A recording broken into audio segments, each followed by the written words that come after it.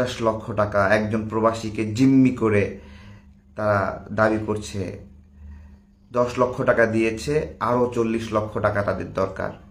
5 জন সমন্বয়ক, এর মধ্যে একজন জানে আলম অপু নামেও আছে। এই ছেলেটা আমাদের 18 সালের সহযোদ্ধা, 18 সালের সহযোদ্ধা। এবং যখন গণ অধিকার পরিষদ 2 ভাগে ভাগ হয়, আমাকে এত হ্যারাসমেন্ট করেছে এই জানে আলম অপু। এরপরেও আমি ঠেলে দিলাম যে থাক, এগুলো নিয়ে আর বলবো না। এই আমি শুভরাত্রি জানায় ঘুমায় যাচ্ছি, এই সময় স্ক্রোল করতেই আরেকটা ভিডিও আসলো, চট্টগ্রামের একটা ঘটনা। চট্টগ্রামে ওই যে ভাইরাল সমন্বয়ক আছে না, ওরা মিলে 10 লক্ষ টাকা এক ব্যবসায়ীর কাছ থেকে নিচ্ছে, সেটার অডিও ভাইরাল। আমি তারপরে মনে হচ্ছে যে এই ভিডিওটা আমি করি।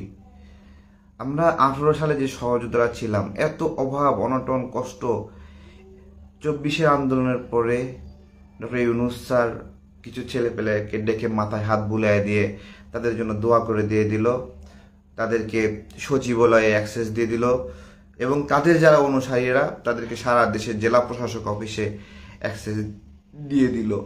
রাষ্ট্রের অর্থ সম্পদ সব কিছুতে তাদের অবারিত অ্যাক্সেস, নিয়োগ, বদলি,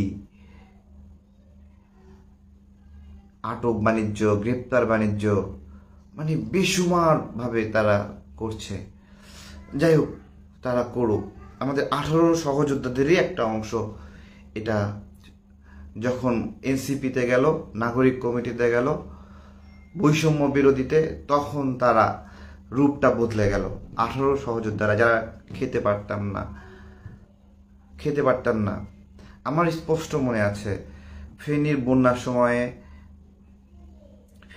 সময় আমি সরকারকে বললাম, কয়েকজন উপদেষ্টাকে বললাম যে আমরা কিছু খাবার রান্না করছি, আমাদের বাবুর্চি আছে 9 জন, আমাদের পাতিল আছে 15টা, আমরা রান্না করতেছি, আমাদের হিউজ ক্যাপাসিটি আছে, আমাদের কিছু চাল দেন।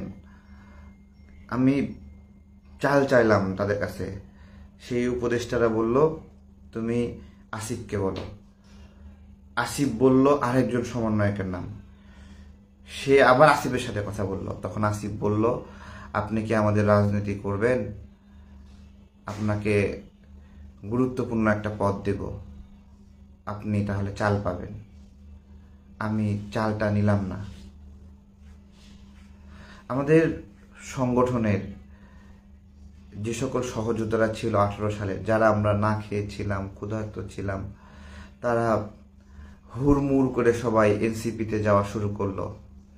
কোনো ব্যক্তিকে অনেক বেশি ভালোবেসে, কোনো নেতাকে অনেক বেশি ভালোবেসে, বিষয়টা মোটেও এরকম ছিল না। মোটেও কোনো আদর্শিক আইকন ছিল না যে যেখানে যাকে মহান হিসেবে সবাই মেনে সেখানে চলে যাচ্ছে, এরকম মোটেও ছিল না।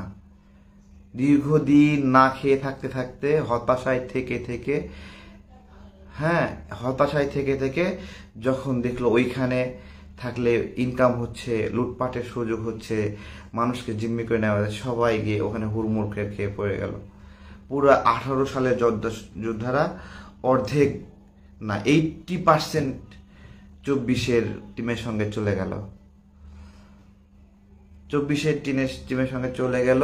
তারপরে নিচ্ছে খাচ্ছে ডক্টর ইউনূস স্যারের আশীর্বাদ মাথার উপরে। তারা অবিরত, মানে কি বলবো, অনেক অর্থের সোর্স পেয়ে বড় হচ্ছে, আর আমাদের সংগঠনগুলো ছোট হচ্ছে, একজন করে পরীক্ষা দিতে চলে যাচ্ছে। আমরা আমাদের কাছে যেই অনেক সম্ভাবনা আমাদের সামনে দেখানো হয়েছে, এতবার আমরা অনেকবার উপদেষ্টাদের সাথে বসেছি, আমাদেরকে বারবার তারাই ডেকেছে, বলেছে তোমরা এদের সাথে মিলে যাও না কেন। ঠিক আছে, আমরা বলি যে আমরা একটা আলাদা রাজনীতি করি, আমরা আলাদা ধ্যান, আলাদা খেয়াল, আলাদা রাজনৈতিক মতাদর্শ ডেভেলপ করে আমরা আলাদা রাজনীতি করছি। আমাদেরকে কেন ওইদিকে ঠেলে দিচ্ছেন, মানে ওইদিকে যেতেই হবে কেন এক্স্যাক্টলি? আমার ওখানে আমার কি রাজনৈতিক আদর্শিক জায়গা আমি ওখানে পাবো, যেটা ওখানে গিয়ে আমাকে ঠেলে দিচ্ছেন ওখানে। আমরা ওখানে